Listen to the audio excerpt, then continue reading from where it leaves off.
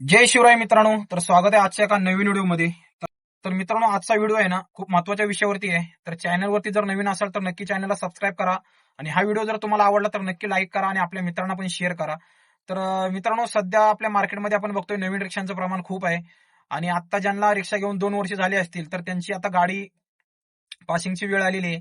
तर पासिंगसाठी कोणकोणत्या गोष्टी चेक केल्या जातात तिथं आरटीओ वाल्याकडून आणि आपण पासिंगला जात असताना आपल्या गाडीचे कोणकोणते पार्ट किंवा काय कशी गाडी ओके करून आपण यायची असते, तर याच्याबद्दल आजचा व्हिडिओ आहे. तर मित्रांनो, व्हिडिओ शेवटपर्यंत बघा, थोडाही स्किप करू नका, कारण खूप माहितीपूर्ण व्हिडिओ आजचा बनवतोय. तर मित्रांनो, पासिंग करण्यासाठी आहे ना आपल्याला जेव्हा आपण आरटीओला जातो तर पासिंग करणं नाही, तसं आपण स्वतः करायला म्हणलं ना तर सोपं आहे, कारण मला तिथली थोडी आता टेक्निकल म्हणजे थोडी आयडिया आलेली आहे. पण थोडी भीती वाटते, कसं कुठं काय आपलं पेपर राहायचं आणि परत इथं ऐनवेळी आपल्याला रिजेक्ट करायचं, म्हणून आपण एजंट करतो. पण तसं काही नसतं. आरटीओ मध्ये गेला ना तर माहिती विभागामध्ये सर्व माहिती मिळते, कुठल्या पेपरसाठी कुठं जावं लागतं आणि काय असतं. पण आपण वेळ वाचवण्यासाठी आपण एजंट तर्फे करतो. पण एजंट तर्फे जरी केलं तरी लाईनला आपल्याला थांबावंच लागतं. पण तिथं जे काही आपल्याला पेपर लागतात, काय लागतात, तर ते काय काय चेक केलं जातं ते याच्यावरती आजचा व्हिडिओ आहे.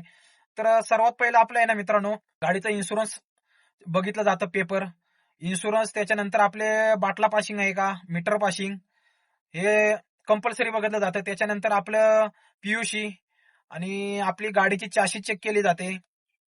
चाशी आणि इंजिन नंबर हे दोन्ही मॅच झाले पाहिजे. जेव्हा आपली गाडीचं हे असतं आरसी बुक, म्हणजे आता कार्ड असतं, तर त्याच्यावरती चाशी आणि इंजिन नंबर असतो, तर तो मॅच झाला पाहिजे पेपरवरती पण सर्व याच्यावरती, तरच तुमची गाडी आहे. तुमची गाडी कुठं मोडीफाय केलेली नसावी. मोडीफाय असेल तर गाडी रिजेक्ट होते. जशी शोरूम मधून आपल्याला गाडी दिली जाते तसंच एक्स्ट्रा पार्ट काही त्याला जोडायचा नाही. काही जणांचं पाठीमागं बंपर वगैरे मोठं लोखंडी असं लावलेले असतात, तर ते पण चालत नाही, ते पण काढावं लागतात.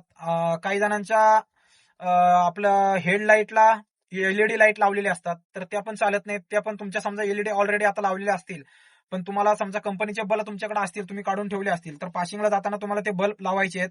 इंडिकेटर पण काही जणांचे फॅन्सी बल्ब असतात झाकझुकवाले, तसं नाही चालत. आपल्याला जे कंपनीने दिलेले असतात तेच लावायचे असतात.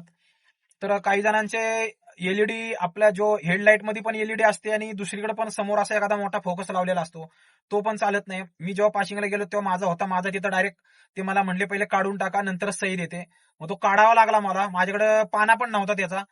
पण तिथं ते नाव वगैरे टाकणार होतं पेंटर, त्यांच्याकडनं जरा जुगाड करून पाना घेतला आणि तो एलईडी बल्ब काढला आणि नंतर लावला. त्याच्यानंतरच मला त्याने सही दिली. तर हे सर्व तिथं मशीन मध्ये चेक केल्या जातं. दुसरी गोष्ट, आपली गाडीची नंबर प्लेट फॅन्सी नसली पाहिजे. गाडीची समजा नंबर प्लेट तुमची फॅन्सी असेल, एखादा आकडा मोठा एखादा आकडा छोटा, तर पहिले ते असायचं की नंबर प्लेट पेंटिंग वाली असायची किंवा आपलं रेडियमच्या नंबर प्लेट असायच्या. तेव्हा काही जण असं फॅन्सी करायचे, पण आता ते एचएसआरपीचे नंबर प्लेट आल्यानंतर थोडं त्याचं प्रमाण कमी झालंय.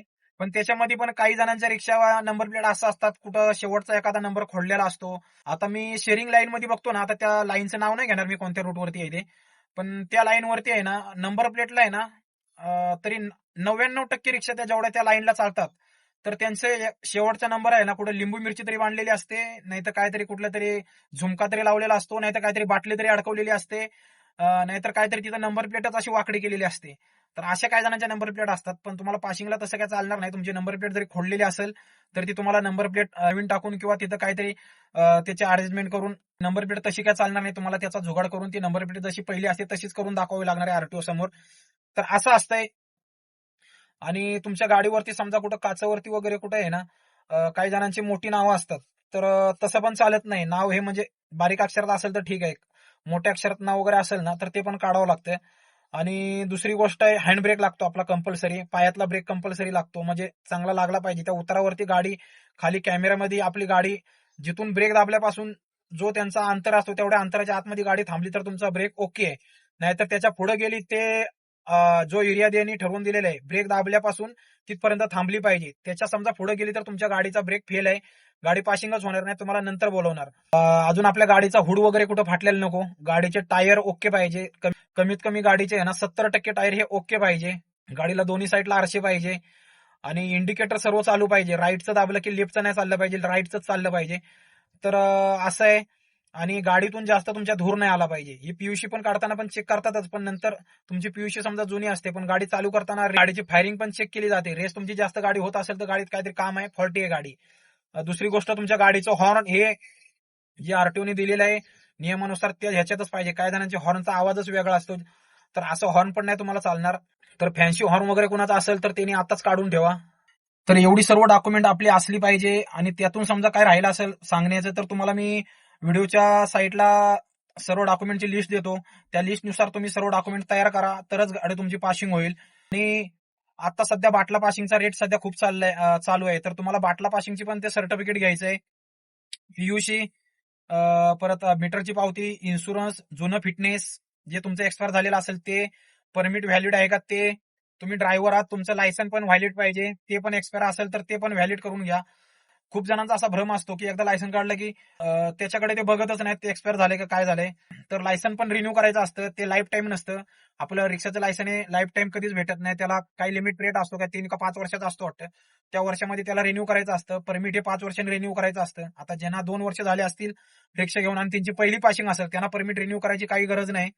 तर पहिलं हे नंबर टाकायचे इथं गाडीच्या साईडला. आता माझ्या गाडीचा आहे बघा, तुम्हाला दाखवतो. हे इथं नंबर टाकायचे बघा. तर असा नंबर टाकायचे इथं. तर तो नंबर आता काय टाकत नाहीत, पहिले नंबर टाकायला लागायचे तिथं. ते काही जण तिथं टाकायचे, काही जण रेडियम मधून टाकून घेऊन जायचे पहिलाच. तर आता ते काय टाकत नाहीत तिथं, असं आहे. आणि ह्याच्यात अजून एक सांगायचं राहिलं ते म्हणजे रेडियम. आपल्या गाडीला रेडियम पाहिजे. पुढं व्हाईट 2 टिकल्या, पाठीमागं रेड 2 टिकल्या आणि दोन्ही बाजूनी रेडियम, पाठीमागं रेडियम आणि पुढं रेडियम. तर ते रेडियमचं पण तिथं जीएसटीची पावती द्यावी लागते त्यांना. ती काहीतरी 500 रुपयाची पावती असते. आणि हे पासिंगचे वेगळे असं 1000-1500 रुपये खर्च येतोच पासिंगला. मीटरची पावती हे ते.